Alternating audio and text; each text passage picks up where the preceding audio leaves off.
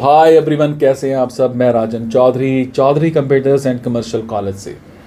आज हम बात करेंगे 6 इंपॉर्टेंट इमेज एसईओ टिप्स जो एवरी डिजिटल मार्केटर के लिए जानना बहुत ज़रूरी है। इमेज एसईओ टिप्स के बारे में बताऊंगा। हम एक मॉडर्न विजुअल दुनिया में रह रहे हैं और यहाँ इमेज ऑप्टिमाइजेशन को अनदेखा नहीं किया जा सकता है।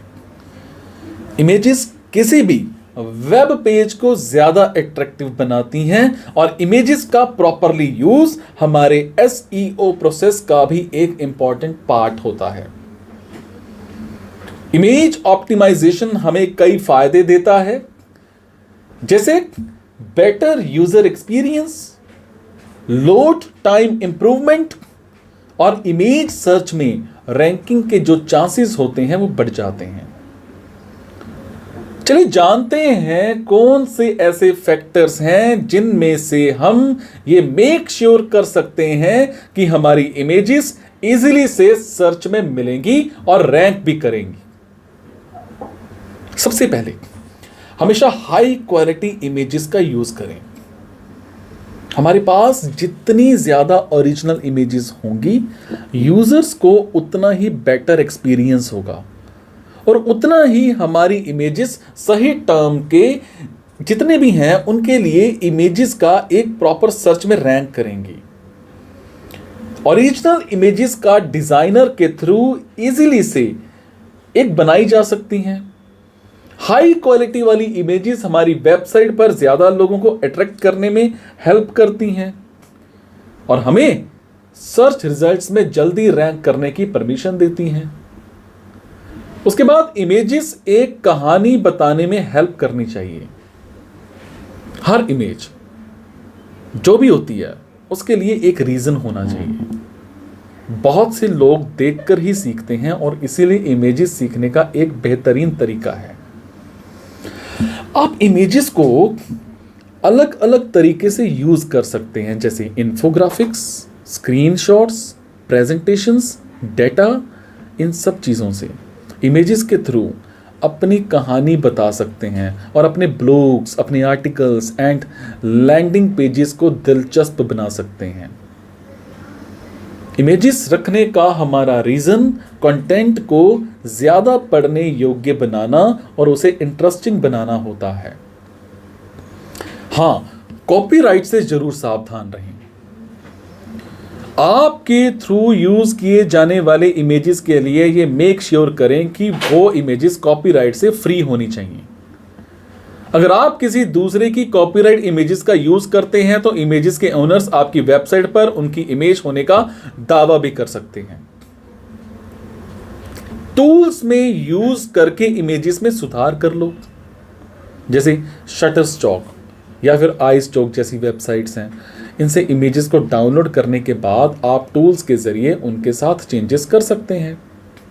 कैनवा है, कैनवा जैसे टूल आपको अपनी इमेजेस में टेक्स्ट हो गया, फॉन्ट हो गया, बैकग्राउंड हो गया और यूनिकनेस हो गई, ये जोड़ने देता है और जो इमेजेस को अट्रैक्टिव बना देता है।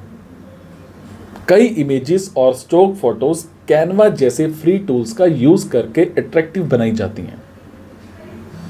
फिर एसईओ के लिए इमेजेस को नाम दे दो। जब एसईओ की बात आती है तब इमेज के टाइटल, इमेज के डिस्क्रिप्शन और कीवर्ड्स का यूज बहुत ही जरूरी होता है। इमेज फाइल का नाम गूगल और दूसरे सर्च इंजन को इमेजेस का सब्जेक्ट बताता है, जिससे कि हमारी इमेजेस सर्च इंजन रिजल्ट्स में रैंक करती हैं। इसलिए डिफ़ॉल्ट इमेजेस का नाम बदलना हमेशा एक अच्छा विचार है। मैं बात करूंगा एसईओ फ्रेंडली ऑल्ट टैग्स लिखें। टाइटल के समान ऑल्ट टैग का यूज इमेज फाइल का डिस्क्रिप्शन करने के लिए किया जाता है। ऑल्ट टैग्स एक अच्छा अल्टरनेटिव ऑप्शन है जब कोई ब्राउज़र इमेजेस को सही ढंग से प्रेजेंट नहीं कर पाता है। जब इमेज लोड नहीं होती है तो आपकी या फिर आपको अल्ट टैग के साथ एक इमेज बॉक्स जो है वो मिलता है। जिससे कि यूजर्स को इमेज के बारे में पता चलता है। सो इसके साथ ही वेबसाइट पर प्रॉपर आल्ट टैग को जोड़ने से आपकी वेबसाइट इमेज में यूज किए गए कीवर्ड से बेहतर रैंकिंग की जा सकती है। और एक इंपॉर्टेंट बात, एक ही प्लेस पर अपनी सभी इमेजेस को रखने के लिए एक इमेज साइट मैप जरूर बनाएं और उसको पोस्ट करें।